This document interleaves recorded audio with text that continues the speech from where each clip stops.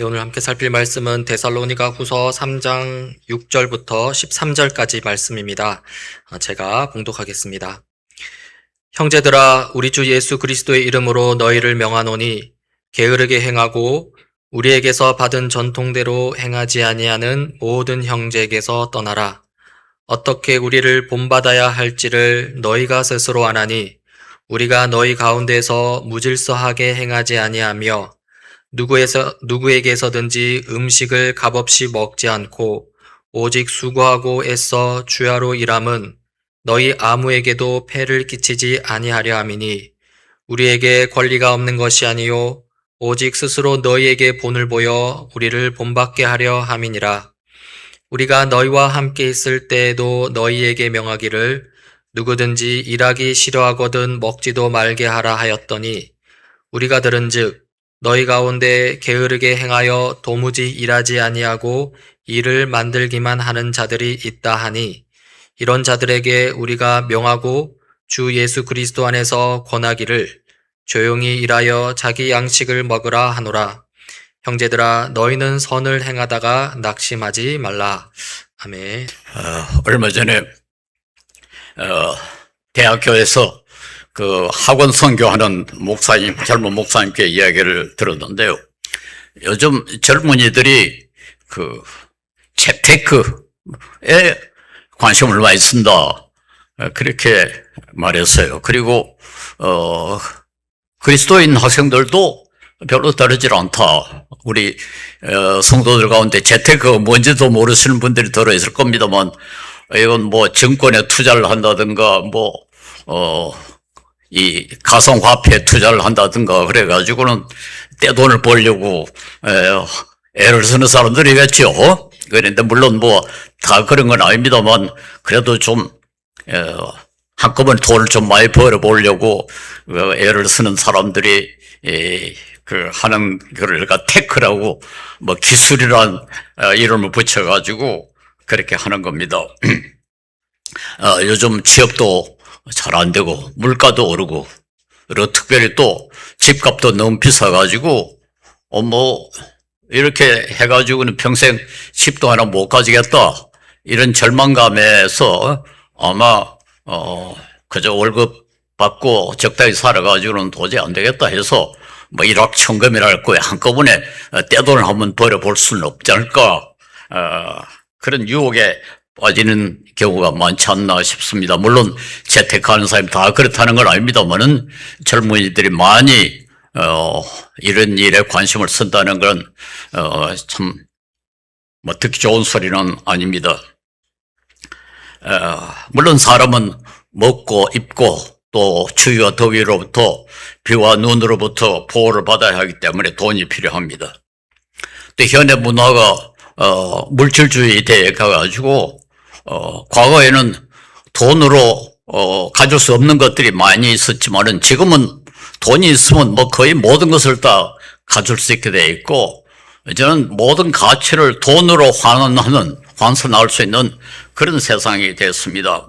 그렇기 때문에 돈이 과거 어느 때보다도 중요한 것은 사실입니다. 그리고 돈이 없으면은 참 난감하죠. 너무 가난하면은 뭐 시험에 들기가 쉽죠. 비겁해질 수도 있고, 또 사기꾼들의 속임수에 쉽게 넘어갈 수도 있고, 그러니까 참 충분히 이해가 됩니다.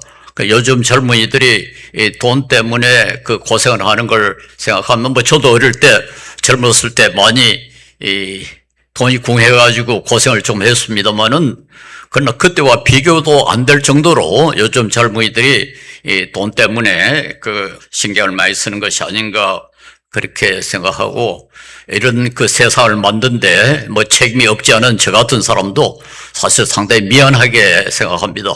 어떻게 이런 세상을 만들어 버렸나, 책임이 중하다고 생각합니다. 성경에는 가난한 사람들을 무시하지 말라, 가난한 사람들 잘 돌보라, 그런 구절은 무수히 많습니다. 좀 여러분 생각하는 것보다 훨씬 많습니다. 가난이란 단어로 성경 전체를 한번 알아보면 엄청나게 많이 나와요. 우리 하나님이 가난한 사람에 대해서 관심을 많이 쓰다는 걸 알 수가 있습니다. 그런데 성경 어디서도 가난하라, 가난이 좋다고 추천하지는 않아요. 장려하지는 않아요. 가능하다면 가난하게 되라, 그런 구절은 없습니다.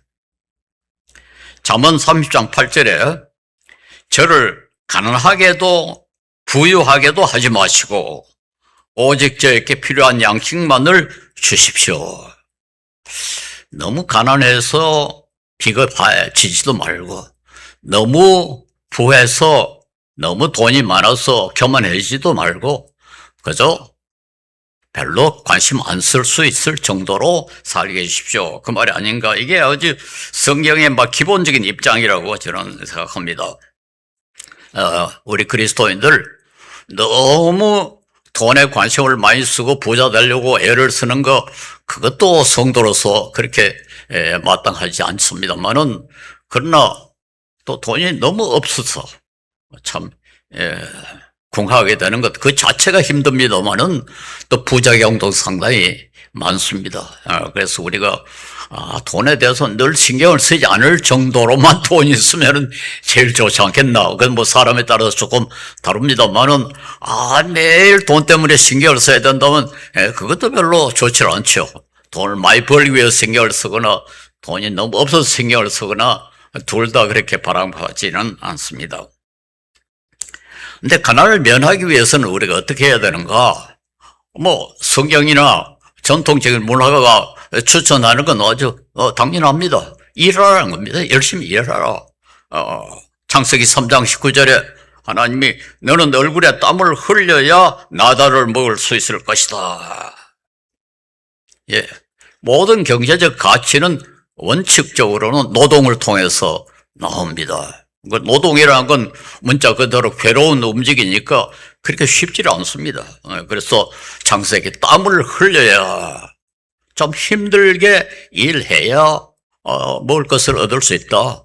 이렇게 좀 힘들지만은 일하는 것, 노동하는 것, 그게 가장 기본적인 경제 수단이다, 이렇게 말할 수 있습니다. 그래서 노동하지 않고 얻는 이익, 이걸 불로소득이라 하지 않습니까? 불로소득, 노동하지 않고 없는 이익. 그건 별로 자랑스럽지 않은 거로 돼 있죠. 불로소득이란 조금 이상하다. 그래서 저 사람은 불로소득을 드린다 하면은 별로 명예롭지 못한 짓을 한다, 이런 그 인상을 갖게 됩니다.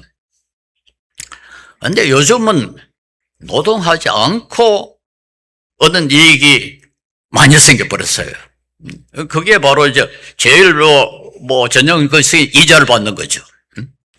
돈을 은행에 집어넣어 놓으면은, 난 일 안 해도 이자가 돈이 생긴단 말이에요. 그러니까 노동 없이 얻는 이익입니다. 물론 이제 저 같은 사람은 연금을 받고 삽니다만, 연금은 뭐 노동의 대가라고 할 수가 있으니까, 그건 뭐 좀 다른 게 아닙니다만, 그 대신 또 건물을 하나 가지고 있으면서 건물에서 세를 받아가지고 사는 것, 그것도 역시 우선은 노동을 하지 않죠. 그러나 또 은행에 돈을 넣거나 뭐 증권에 투자하거나 무슨 건물에서 세를 받거나 하는 것도 처음에는 역시 노동을 해서 얻는 이익으로 저금을 하고 건물을 사고 하기 때문에 그것도 어떤 의미에서는 노동의 연장이라 그렇게 말할 수 있습니다. 그러나 어쨌든 이자 그 자체를 하나님은 이스라엘 백성에게, 동족에게는 받지 마라 그랬어요. 왜 신명기 23장에 아주 그 유명한 구절이 있죠. 동족에게는 구워줘도 이자를 받지 마라, 그렇게 되어 있습니다. 그런데 놀랍게도 이방인들에게는 이자를 받으라 그랬어요. 동족 이스라엘 사람들에게는 이자를 받지 말고 이방인들에게는 이자를 받아도 된다. 이 가르침 때문에 사실은 오늘 그 유명한 반유대주의, 안티세미티즘이라는 게 사실 그 뿌리가 여기에 있습니다. 뭔가니까 이스라엘 백성이 나라가 없으니까 이제 온 세계에 흩어졌는데, 중세 때는 예수님을 십자가에 못 박은 사람들이 유대인들이다. 그래서 유대인들을 그렇지 않아도 조금 전시를 했는데 그 사람들이 뭐 흩어져서 어떻게 그때 땅도 없고 그러니까 먹을 것이 없어요. 그러니 이 사람들이 대부분이 고리대금업을 했습니다. 어떻게 돈을 조금 벌어가지고는 그걸 가지고 이자를 받아가지고 살아가지고 결국 유대인들이 돈놀이를 주로 했어요. 그게 가장 많이 알려진 것이 셰익스피어의 베니스 상인이라는 회곡입니다. 여러분 다 아시죠? 베니스 상인. 그게 샤일록이라는 아주 고리 대금업자가 아주 못된 짓을 많이 한 거죠. 결국은 결국 재판에 지고 말았습니다만 베니스 상인이 전 유럽에 알려져서 그것이 유대인들에 대한 인상을 얼마나 나쁘게 만들었는지 지금도 유대인들이 가장 해를 끼친 사람은 히틀러가 아니고 셰익스피어라고 그럽니다. 그 정도로 이 유대인들에 대한 반감을 일으킨 것이 바로 이 고리 대금업. 좀 유럽의 로스차일드 가문이라고 여러분 다 아시죠? 유럽의 은행은 과거에는 모두 이 유대인들이었습니다. 그런데 처음으로 이 이자가 괜찮다고 한 사람이 놀랍게도 기독교 신학자 칼뱅입니다. 우리가 보통 칼빈 그러는데 장로교 교리의 바탕을 이루는 분이죠. 이분이 16세기에 이자를 받도록 허용을 했어요. 이게 역사상 처음입니다. 근데 그가 왜 이자를 받도록 허용했는가 하니까 그때 이미 상업이 조금씩 발달이 되고 그때는 이제 역사가 좀 깁니다만 지남철 지남철이란 게 콤파스죠. 콤파스가 도입이 돼 가지고 이제 먼 곳에까지 여행을 할 수 있게 되니까 장사꾼들이 아주 다른 나라에 배를 가지고 가서 물건을 사다가 와서 팔고 있는 무역이 시작이 됐다고요. 그러니까 간 김에 물건을 조금씩 사오는 게 아니고 좀 많이 사와가지고 이걸 팔면 이익이 많이 생기니까 돈이 필요하잖아요. 자본이 필요하네요. 그러니까 자기 돈만으로는 그게 부족하니까 사람들에게 돈을 꿉니다. 그래서 돈을 꿔가지고 다른 나라에 가서 물건을 싸게 사서 자기 나라에 와서 비싸게 파니까 이익이 엄청나게 생긴다. 그런데 돈을 빌린 사람에게 원금만 이렇게 돌려주는 거, 이건 공정하지 못하다. 응? 아니, 돈을 빌려준 사람에게도 이익이 얼마나 돌아가야 되지 않았냐. 그래가지고 법정 이자라는 걸 허용을 했어요. 응? 처음으로 이 법정 이자라는 것이 그때 허용이 됐습니다. 물론 칼뱅은 어떤 사람이 너무 가난해가지고 먹을 것이 없어서 돈을 꿨을 때는 이자를 받으면 안 된다 그랬어요. 그 외에도 이자를 받으면 안 된다는 조건들이 많이 있습니다. 그러나 남의 돈을 빌려가지고 돈을 벌었으면은 그건 반드시 이자를 내야 된다. 그렇게 해서 오늘날 이제 이자라는 것이 생기고 이 은행이라는 것이 생기고 증권이라는 것이 생기고 그래서 오늘 경제가 지금 어떤 의미에서 자본에 의해서 이루어지고 있는데요. 어디서 보니까 노동을 통해서 생기는 이익보다 자본을 통해서 생기는 이익이 훨씬 많대요. 전 세계 소득이 어떻게 나오는가를 조사를 해보니까 노동의 대가로 받는 것보다 돈을 빌려줘서 말해서 자본을 통해서 얻는 이익이 훨씬 크다는 겁니다. 그러니까 이제는 노동이 가장 중요한 소득의 근원이 아니고 자본이 오히려 소득의 근원이 돼버렸다. 그렇게 말할 수 있습니다. 그러니까 이제 사람들이 이 소위 재테크, 은행에 예금을 하고 증권에 투자를 하고 요즘은 가상화폐에 투자를 하고 이런 것에 이제 관심을 쓸 수밖에 없죠. 거기서 엄청난 이익이 생기니까요.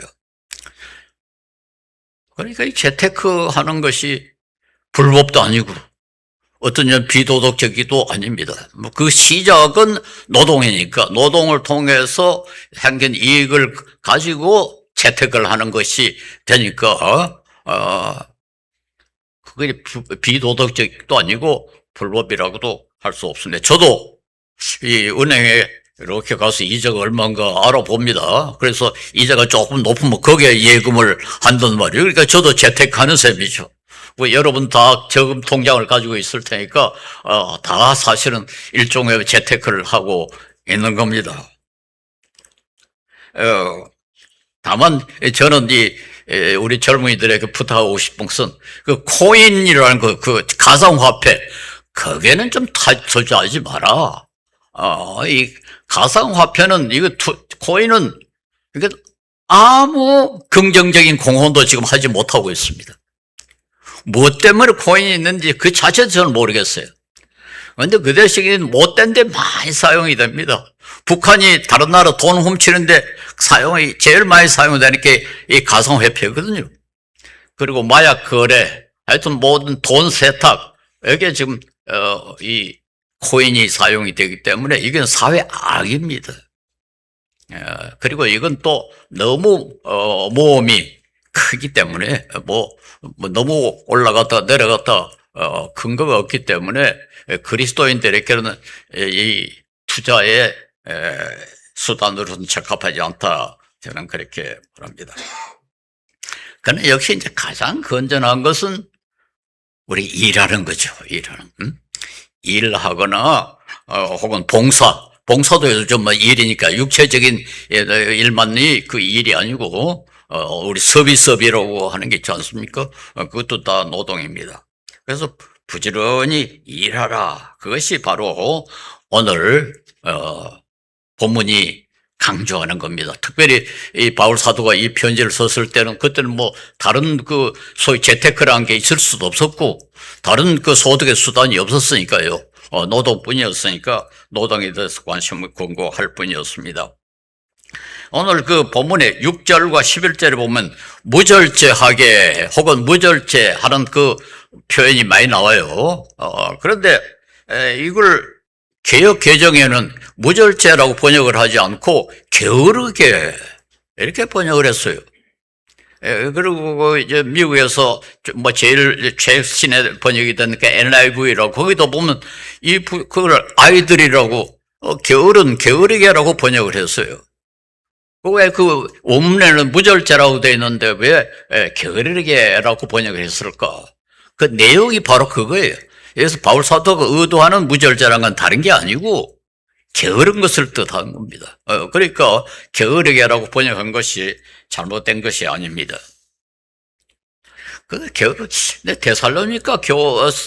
데살로니가서에만 전후서에만 이 문제가 이제 거론이 되는데요.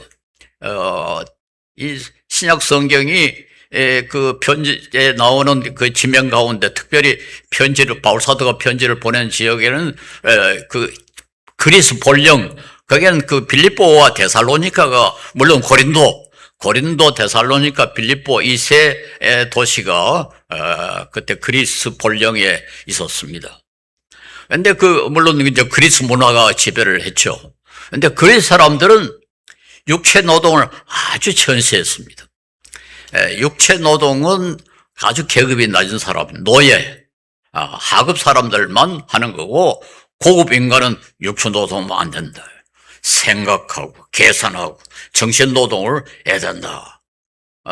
그렇게 가르쳤어요. 그래가지고 전에도 한번 소개한 것 같습니다만 영어로 그 학교란 단어, 스쿨이라는 단어가 그리스 말로 스콜레라는 단어에서 나왔다고 그러는데 그 스콜레라는 게 논다는 뜻이에요. 쉬는. 학교라는 건 그 노는 곳이다. 쉬는 곳이다. 그 정신노동은 노동이 아니니까. 그건 노는 거니까요. 그런 그 문화를 가지고 있었어요. 우리나라도 조선조 시대는 선비는 손끝에 물도 안 적신다. 그런 말이 있었습니다. 그 선비는 손끝에 물도 안 적시니까 노동하면 안 되는 거죠. 그게 뭐 동서고금에 비슷하지 않았나 싶습니다. 이 문화의 영향이 이 데살로니가 교회에도 들어왔지 않나, 이제 저는 그렇게 추측을 합니다. 그런데 어떤 주석가에 하면 그보다는 아마 예수님의 재림이 곧 임박했으니까 그 일할 필요가 뭐였냐. 우리가 앉아가지고 기도하면서 예수님의 재림만 기다리면 되지 무슨 일을 하고 그러냐. 뭐 그렇게 해서 일을 안 한 사람이 생겨나실 거다. 이제 그렇게 추측을 합니다만 뭐 그 어느 것인 간에 하여튼 이 데살로니가 교회는 소위 농떼이들 게름뱅이가 있었던 것 같아요. 이게 보통 정도가 아니고 성경에 보면은 바울 사도가 데살로니가 교회에 가 있었을 때 10절에 보면은 우리가 여러분과 함께 있을 때에 하는 걸 보니까 실제로 바울 사도가 데살로니가 교회에 갔을 때에 뭐라고 말했는가 하니까 일하기를 싫어하는 사람은 먹지도 말라. 그렇게 명했다고 돼 있어요. 그런데 이게 그 말을 안 듣는 거예요. 그래가지고 첫 번째 편지, 데살로니가 전서에 4장 11절 12절을 보면 또 그리고 우리가 여러분에게 명한 대로 조용하게 살기를 힘쓰고 자기 일에 전념하고 자기 손으로 일을 하십시오. 데살로니가 전서에다 또 일하라고 이렇게 강조를 합니다. 그런데 또 말을 안 듣는 거예요. 그러니까 오늘 본문 데살로니가 후서에 세 번째로 또 지금 여기 경고를 합니다. 이런 사람들에게 우리는 주 예수 그리스도 안에서 명하며 이제는 예수님의 이름으로 명합니다. 또 권면합니다. 조용히 일해서 자기가 먹을 것을 자기가 벌어서 먹으십시오. 우리 지난번에 양진일 목사님이 오셔가지고 바울 사도는 주로 믿음으로 구원받는 걸 강조를 하고 그 외에 보통 서신은 실천 우리가 어떻게 살아야 되는가를 강조했다. 그렇게 말씀하셨는데 물론 그렇습니다.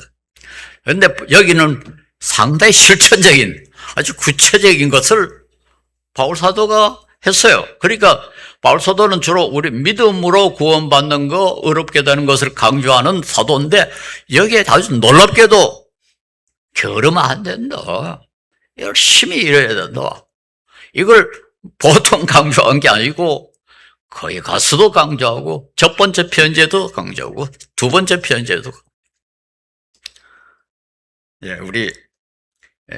이게 사실은 우리 기독교의 아주 중요한 전통 가운데 하나가 됐습니다. 성경에는 이 근면을 여기뿐만 아니라 다른 곳에도 강조를 했고 이것이 사실 어떤 의미에서는 개신교를 성경의 권위를 다시 회복한 개신교 국가를 부유하게 만든 겁니다. 전 세계 개신교인의 87%가 선진국이나 혹은 중진국에 살고 있다. 다른 말로 말해서 아주 가난한 나라의 기독교인은 13%밖에 되질 않는데 개신교인은 왜 그럴까요? 개신교 성경을 존중하고 성경은 부지런한 것을 강조했기 때문이라고 말할 수 있습니다. 중세의 수도원이 제일 강조한 것이 뭡니까? 두 가지거든요. 기도와 노동. 이 중세의 모토가 그렇습니다. 오라레 et 라보레. 기도하고 노동하라. 그래서 수도사들이 하는 일은 두 가지. 기도하고 노동하는. 이게 기독교의 전통이고 우리나라에서는 김용기 장로가 가나안 농군학교를 세워가지고 늘 강조한 것이 일하기 싫거든 먹지도 마라. 일하기 싫거든 먹지 마라. 그걸 엄청나게 강조했어요.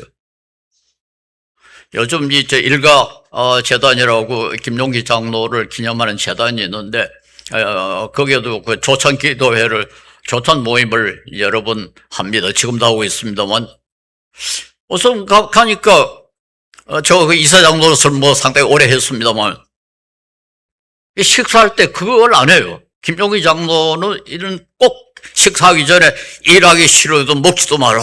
그렇게 한번 외치고 식사를 하는데 그걸 안 해요. 그래서 내가 잔소리를 했습니다. 아니, 이걸 빼면 어떡하냐고. 이게 그 가나안 농문학교의 아주 기본적인 전통인데 무슨 소리냐고. 반드시 하라고. 요즘 또 안 해. 그러니까 사실은요, 우리나라가 이만큼 경제적으로 발전하는데 가장 중요한 공헌을 한 것이 새마을 운동입니다. 그 새마을 운동이 사실은 가나안 농문학교에서 시작이 됐다. 그 정신적인 기조는 바로 거기에 있습니다. 박정희 씨가 아직까지 그 대통령 되기 전에 무슨 사령부관에 있을 때 가나안 농문학교에 왔어요. 와서 그걸 보고, 야, 이래야 되겠구나. 이렇게 해야 나라가 되겠구나.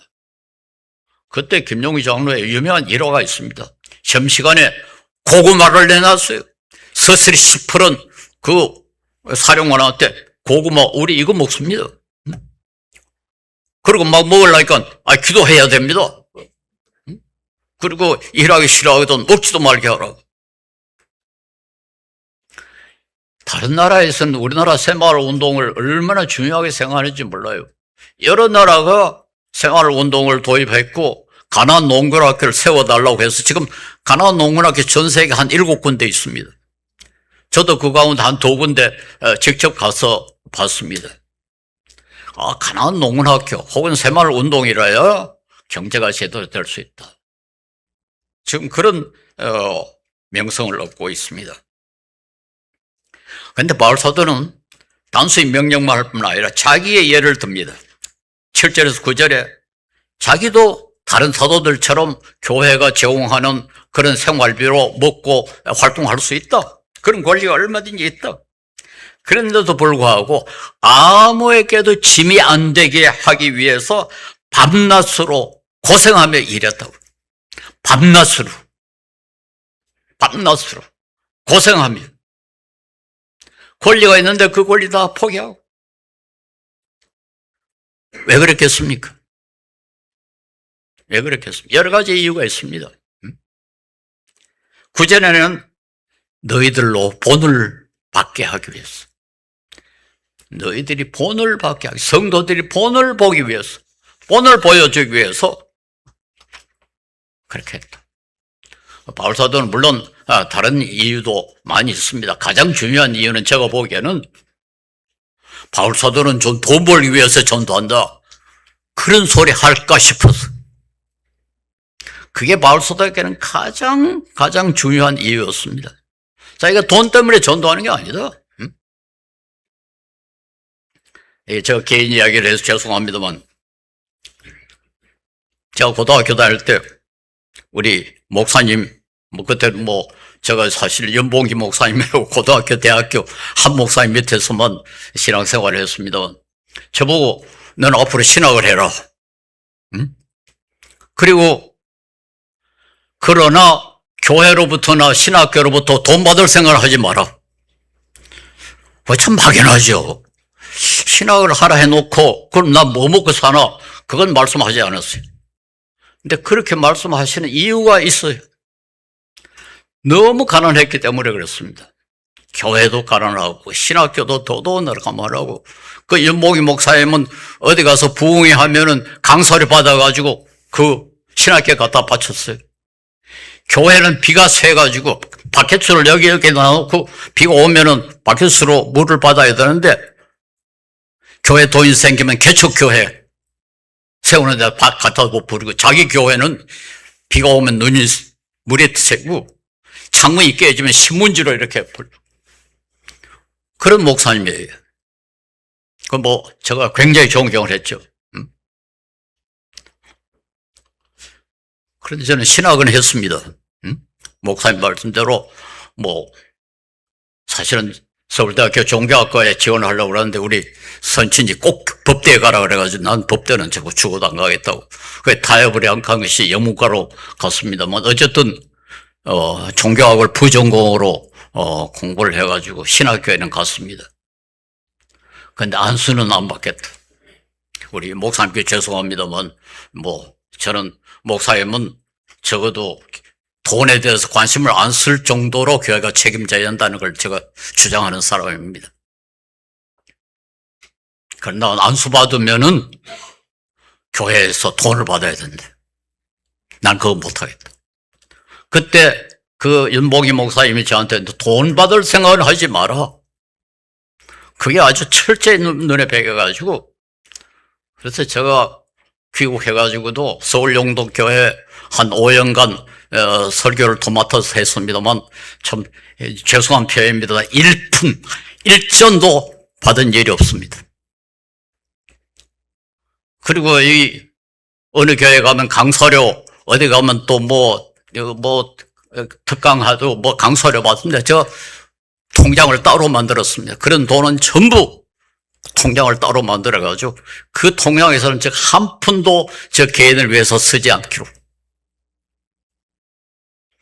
저는 그 바울 사도의 심정을 이해를 해요.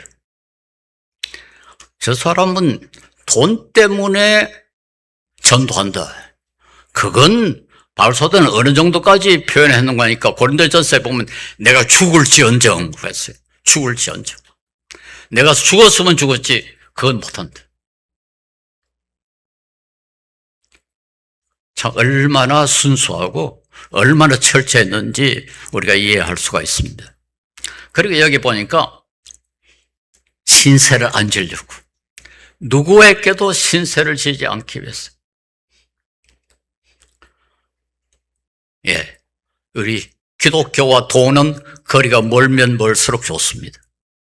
최근에 어느 못난 원로 목사가 무슨 자기 그러니까 세운 교회 4억입니까 40억입니까 난 잘 모르겠습니다만 하여튼 엄청난 돈을 요구해가지고 지금 참 개망신을 시켜놓은 거죠. 한국 교회에 개망신을 시켜놓은 거죠.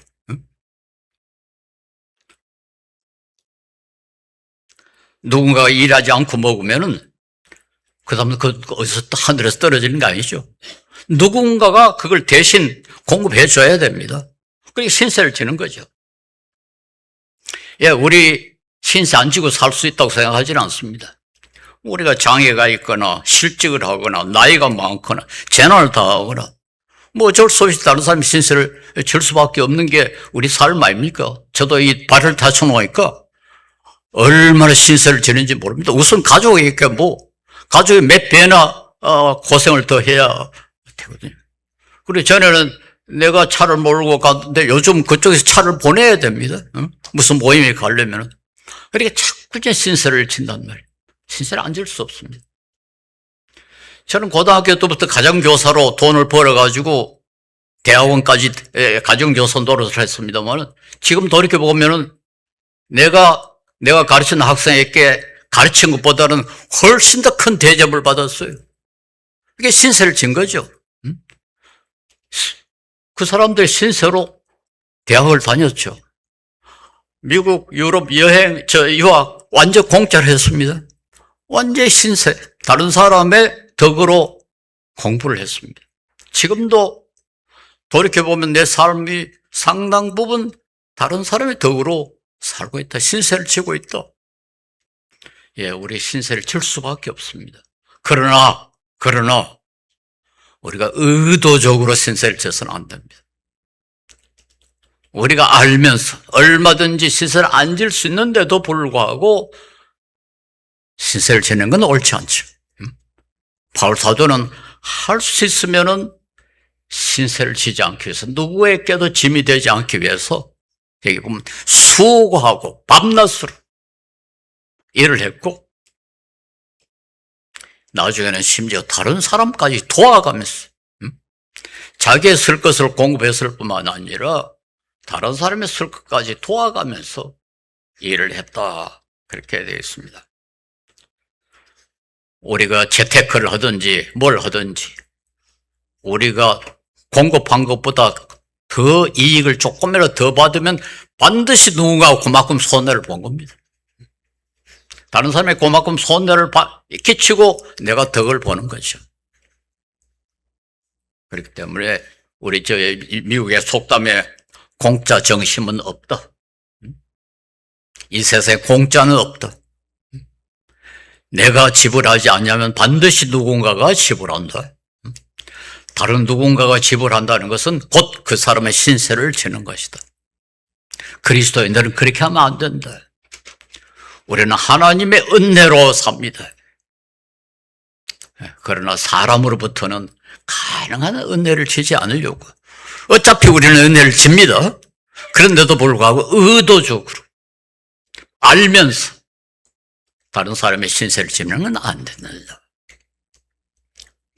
이건 재테크에도 전 적용된다고 생각합니다. 저는 뭐 어느 정도까지 이익을 보면 되고 어느 정도까지 이익을 보면 안 된다 그렇게 말할 권리도 없고 자격도 없습니다. 뭐 그 분야에 대해서는 전혀 모릅니다. 그러나 우리 그리스도인은 과도하게 이익을 보려고 하면 안 된다. 이 칼뱅은 법정이자 이외에는 절대로 받지 마라. 법정이자. 그 사회가 용인하는 정도의 그 수익만 누려라. 절대로 그 이상의 이익을 보면 안 된다. 그래서 내가 부당하게 이익을 보면 누군가가 부당하게 그만큼 손해를 본다는 사실을 우리가 기억하고, 그건 그리스도인이 할 수 있는 일이 아니다 하는 것을 명심해야 되겠습니다. 물론 우리가 열심히 일해야 됩니다만 그와 못지않게 저는 아껴야 됩니다. 성경에는 전략이라는 걸 가르치지는 않습니다. 그러나 성경은 절제와 사치를 금하는 것은 가르칩니다. 그건 결국 전략을 뜻하는 거 아닙니까?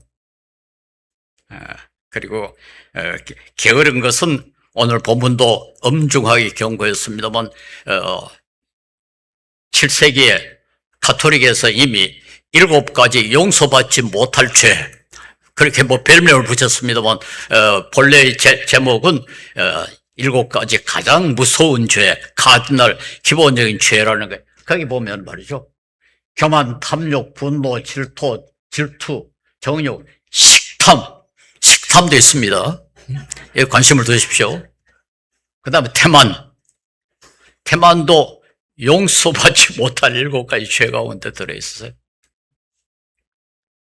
이걸 사실 천주교보다 개신교가 훨씬 더 강조를 했습니다. 유럽에 가면은 경건한 그리스도인들에게는 이게 아주 눈에 띄일 정도로 나타납니다. 그러나 요즘은 뭐 직장이 없으면은 일을 못하는 그런 시대 아닙니까? 그럼 어떻게 해야 돼요? 필요한 사람이 되어야죠. 필요한 사람이 되도록 열심히 일하고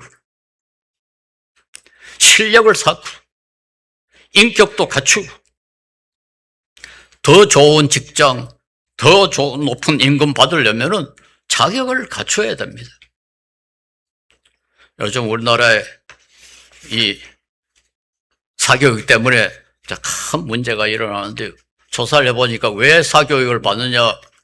좋은 대학 들어가기 위해서. 왜 좋은 대학 들어가려고 하느냐? 그렇게 좋은 대학 나와야 좋은 직장 구할 수 있다. 그래가지고 사교육을 그렇게 중요시 한다. 그래서 제가 전에 우리 교회 다녔던 그 송인수 집사하고 저 같이 지금 교육의 봄 운동을 하고 있는데요. 인류대학 너무 따지지 말자. 응? 그러니까 취직할 때 사원 모집할 때 어느 대학 출신인가를 적지 못하게 하자. 그 운동을 하고 있습니다.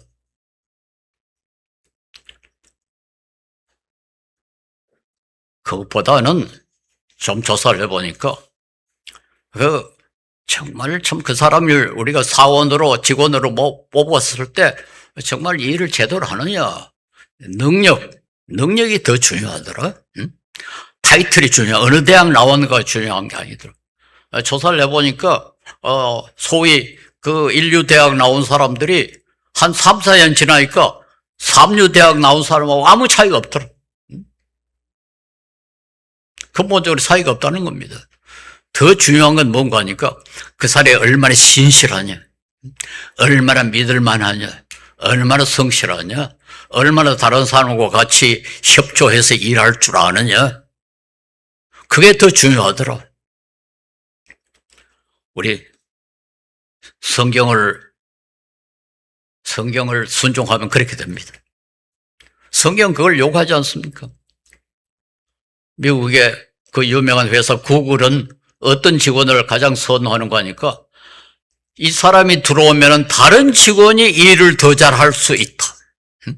다른 직원으로 하여금 일을 더 잘할 수 있게 하는 사람을 가장 좋은 직원이라고 생각한대. 참 중요하잖아요. 내가 사장이라도 그렇게 하겠어요. 저 사람이 또 들어오니까 그 다음부터 다른 사람이 일을 더 잘한다. 그건 얼마나 그 사람이 성실하냐, 얼마나 겸손하냐, 얼마나 다른 사람과 협조할 수 있냐, 양보를 잘하느냐, 이런 것들이 다 거기에 관계되어 있죠. 저는 그래서 베드로전서 2장 12절의 말씀을 아주 중요하게 외웁니다. 여러분은 이방 사람 가운데서 행실을 바르게 하십시오. 그렇게 해야 그들은 여러분들로 악을 행하는 자라고 욕하다가도 여러분의 바른 행위를 보고 하나님께서 찾아오시는 날에 하나님께 영광을 돌릴 것입니다. 마태복음 5장 16절에도 예수님이 비슷하게 말씀하셨어요. 제가 이 구절을 읽으면서 아니 그리스도인들이 선한 행실을 하는데 왜 이방인들이 하나님께 영광을 돌릴까요? 한번 생각해 보십시오. 왜 그럴까요? 이방인들이 예수 믿는 사람들 나쁜 사람들이다. 그러다가 우리가 선한 행실을 보면은 하나님께 영광을 돌린다고 그랬어요. 왜냐하니까 자기에게 덕이 되니까요.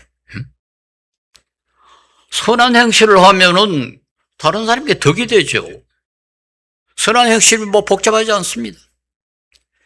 계명이 가르친 대로 살인하지 않고, 간음하지 않고, 도둑질하지 않고, 거짓말하지 않고, 탐하지 않고, 이런 것들이 다 선한 행실 아닙니까? 어떤 사람이 도둑질을 하고, 그러면 이 세상 사람들이 좋아하겠어요? 그런 사람들이 많을수록 사회가 손해를 본다고요. 정직한 사람이 많고, 희생하는 사람이 많고, 성실한 사람이 성실하고, 그런 사람이 많으면 사람들이 저런 사람 더 많았으면 좋겠다. 그러지 않겠어요? 근데 보니까 저 사람들이 예수 믿는 사람이더라고요. 역시 하나님이 위대하구나. 그러니까 하나님께 영광을 돌린다는 거 아닙니까? 회사 사장이 보니까 직원을 하나 채용을 했는데, 이 친구가 들어오니까 회사 분위기 확 달라지더라. 이 친구가 얼마나 성실한지, 얼마나 겸손한지, 얼마나 다른 사람과 의사소통이 잘 되는지, 얼마나 희생하는지 회사 달라져 버렸다. 그런데 알아보니까 그 사람 교회 다니는 사람이다. 역시 하나님이 위대하신 분이로구나. 그렇게 하나님께 영광을 돌린다는 거예요. 총장이 교수를 하나 채용을 했는데, 이 친구가 들어오니까 학생들이 강의 잘한다고 몰려들고, 좋은 논문 많이 쓰고, 학교 명예를 막 높인다. 그런데 총장이 보니까, 그 사람 교회 다닌다. 역시 하나님은 위대한 하나님이구나. 그러지 않겠습니까? 그건 그렇게 어렵지 않습니다.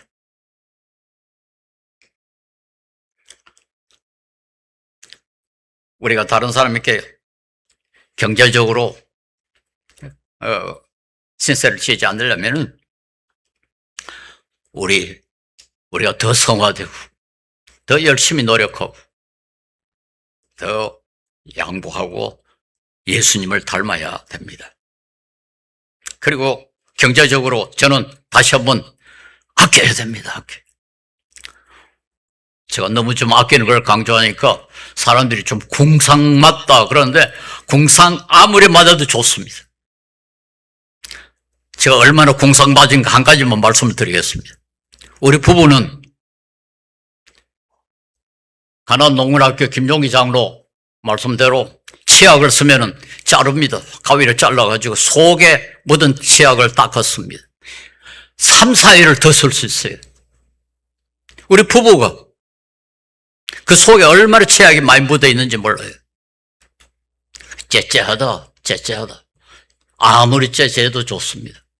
일생 동안 그렇게 하면은 치약 엄청나게 많이 전략합니다.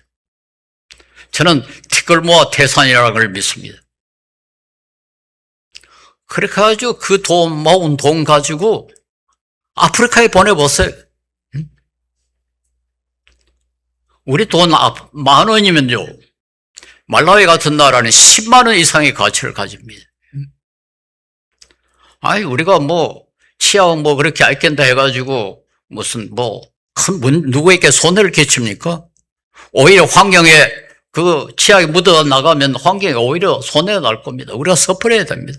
가능한 한 다 섣불려야 환경에도 도움이 되죠. 요즘 제가 걱정하는 건 이 코리안 푸드, 한국 음식이 전 세계에 알려져 가지고 지금 엄청나게 잘 팔린다고 좋아하는데 왜 그렇게 한국 음식이 잘 팔릴까? 맛이 있기 때문에 건강에 좋기는 하다고 그럽니다만, 아니 맛이 있으니까 그렇게 좋아하는 거 아닙니까? 왜 맛이 있습니까? 밤낮이 연구를 하기 때문에요. 우리 한국 사람들처럼 저 음식에 대해서 연구 많이 하는 그런 민족은 보지를 못했어요. 이 서양에 가면 레시피라는 책이 있습니다. 음식을 만들려면 이렇게 하라고 책이 있어요. 우리나라 레시피가 있을 수 없어요. 왜냐하면 매일 바꿔주니까, 매일 바꾸니까.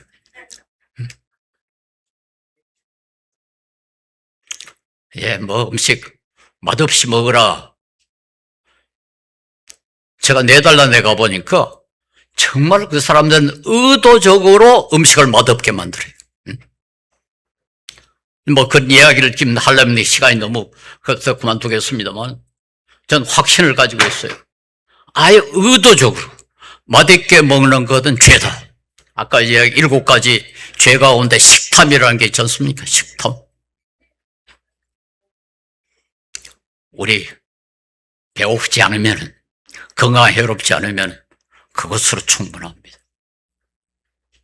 그 때문에 돈을 더 많이 쓰는 것, 이건 낭비입니다.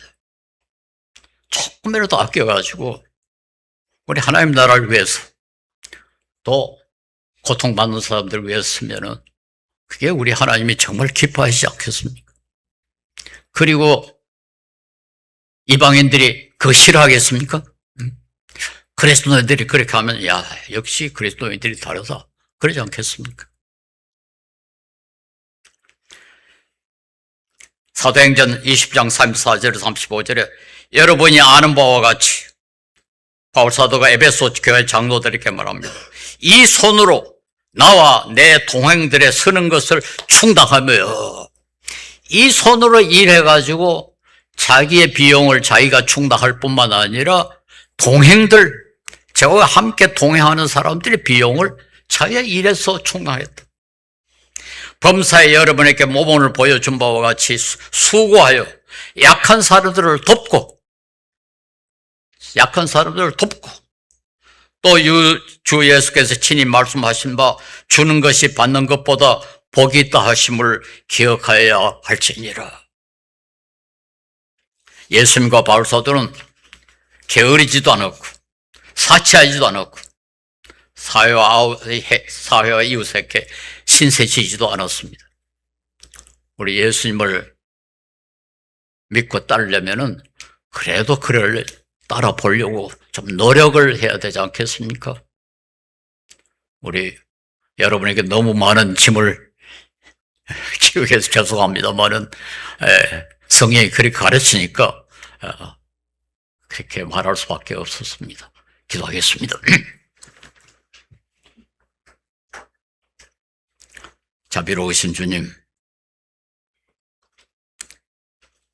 우리를 위하여 모든 것을 다 희생하시고 우리에게 위대한 모범을 보여주심 감사합니다. 그러나 우리가 주님의 그 높이에 다가가지 못하고 너무나 부족하고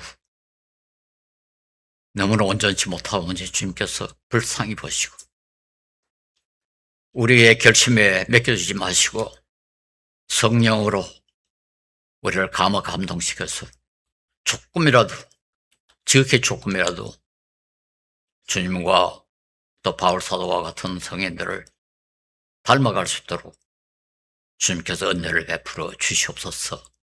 예수님 이름으로 기도합니다. 아멘.